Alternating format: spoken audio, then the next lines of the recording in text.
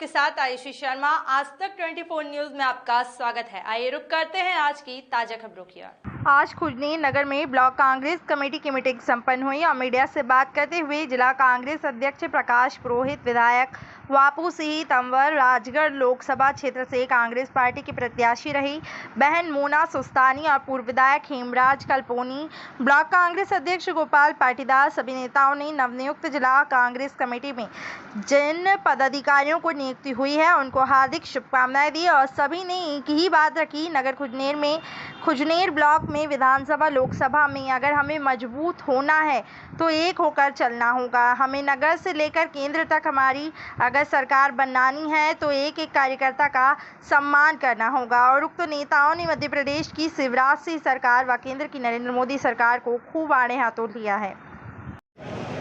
आज सिंधिया जी राजगढ़ में पधारे हैं। कल शाम को आए थे, कल रात में, और आज 4 बजे तक का प्रोग्राम मुझे समाचार पत्रों के माध्यम से जानकारी मिली है कि सिंधिया जी आज राजगढ़ में हैं। मैं सिंधिया जी से निवेदन करना चाहूँगा कि साहब, जब आप गए थे तो आपने ये कहा था कि अगर कमलनाथ सरकार ने वायदे पूरे नहीं किए तो हम सड़कों पर उतरेंगे।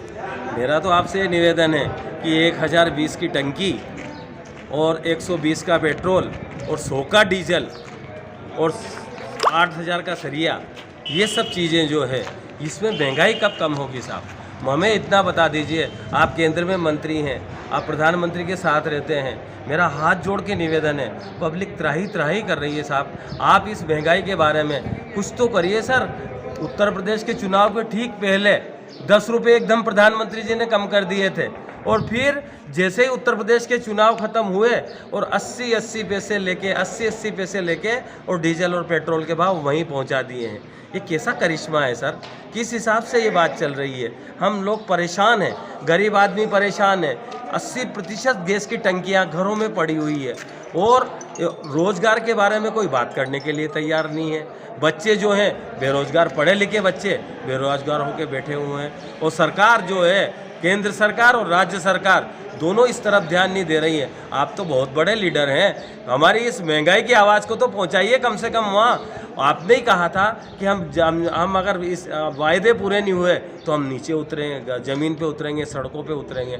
मैं तो इतना कहना चाहता हूँ कि आप भारतीय जनता पार्टी के इस टाइम पे केंद्र में मंत्री हैं, उड्डयन मंत्री, उस टाइम इस समय में मेरा आपसे निवेदन है कि इस बात पे भी ध्यान दें और इस महंगाई की आवाज़ को, ये जनता की आवाज़ है, जनता जनार्दन होती है, वो जनार्दन भगवान का नाम है, इसकी आवाज़ को पहुंचाइए कि किस हिसाब से जनता त्रस्त हो रही है। सर, राजगढ़ जिले के अंदर आपने 2 विधानसभा चुनाव जीते हैं, ब्यावरा के लगातार आपने चुनाव जीते हैं, तो निश्चित रूप से आप कहा जा सकता है कि सफलतम जिलाध्यक्ष कहे जा रहे हैं कांग्रेस के लिए।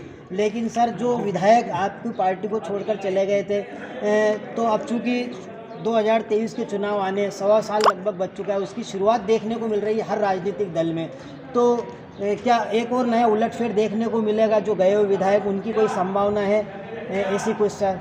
नहीं, ये संभावना तो अब मुझे तो नहीं दिखती है। हालांकि ये जो काम है हमारे हाईकमान का है, लेकिन फिर भी मैं इतना कहना चाहता हूँ कि जो आप चुनाव की बात कर रहे हैं, वो चुनाव जो जीता है हम सब, हमारे जो कार्यकर्ता हैं। जी सर, वर्तमान जो स्थितियाँ इस वक्त देश के अंदर, प्रदेश के अंदर बनी हुई है, क्या कहना चाहेंगे सर? और बहुत कम समय रहा है विधानसभा चुनाव में।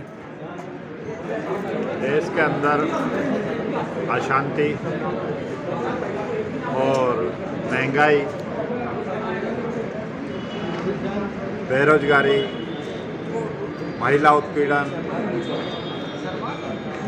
किस किस क्षेत्र को हम बताएं कि क्या क्या अन्याय अत्याचार देश की जनता, किसान, युवा, महिला सबके साथ जो हो रहा है, व्यापारी, इसकी लड़ाई कांग्रेस पार्टी लड़ेगी राष्ट्रीय स्तर पर, प्रदेश स्तर पर। आज हम लोगों ने ब्लॉक कांग्रेस की बैठक की है, इसमें भी हम लोगों ने आह्वान कार्यकर्ताओं से किया है कि ये अन्याय अत्याचार, महंगाई, सब मुद्दों को लेकर के हम गांव-गांव तक जाएं।